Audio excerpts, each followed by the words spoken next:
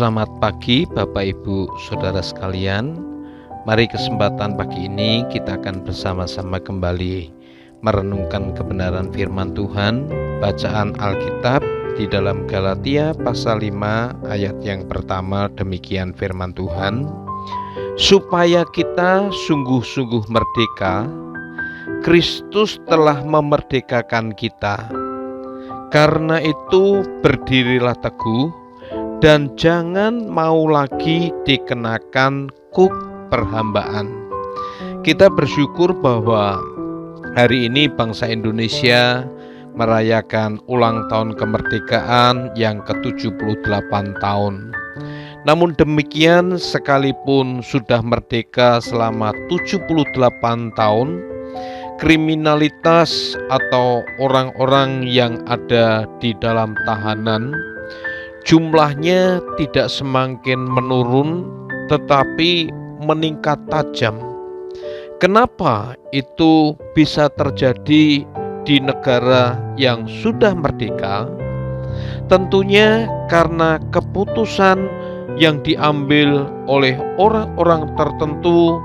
Mereka terus melakukan tindakan-tindakan kriminal sehingga mereka tidak hidup di dalam kemerdekaan, tetapi menjadi warga binaan di lapas-lapas.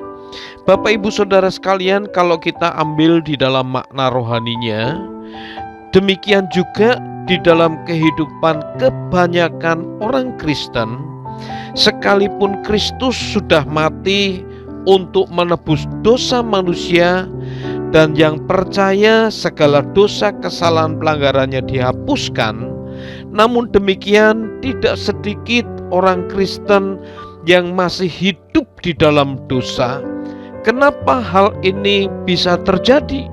Apakah Kristus tidak punya kuasa, atau di dalam Kristus kuasanya berkurang? Tentunya tidak demikian. Tetapi manusia lebih cenderung untuk mengambil keputusan bagaimana mereka hidup menurut kehendak sendiri.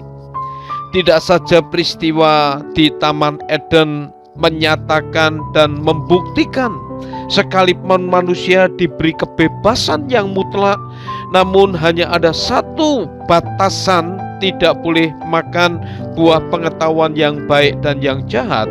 Namun apa yang dilakukan manusia?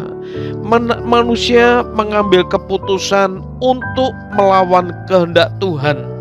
Di dalam bacaan kita pagi ini jelas dikatakan di dalam bagian B ayat firman Tuhan, jangan mau lagi dikenakan kuk perhambaan.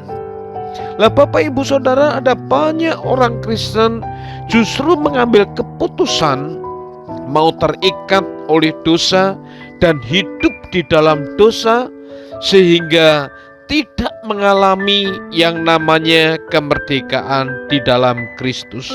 Sekalipun kitab suci memberikan sebuah pernyataan supaya kita sungguh-sungguh merdeka, Kristus telah memerdekakan kita, tetapi ada banyak orang justru mengambil keputusan untuk hidup di dalam perhambaan dosa.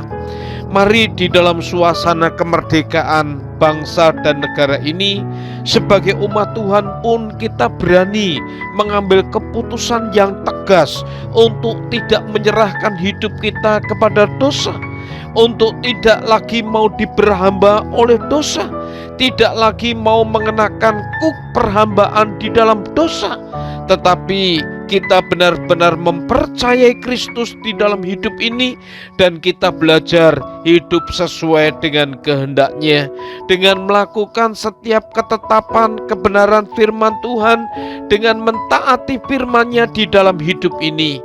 Maka saya percaya kita akan benar-benar mengalami yang namanya kemerdekaan secara rohani, merdeka di dalam Kristus.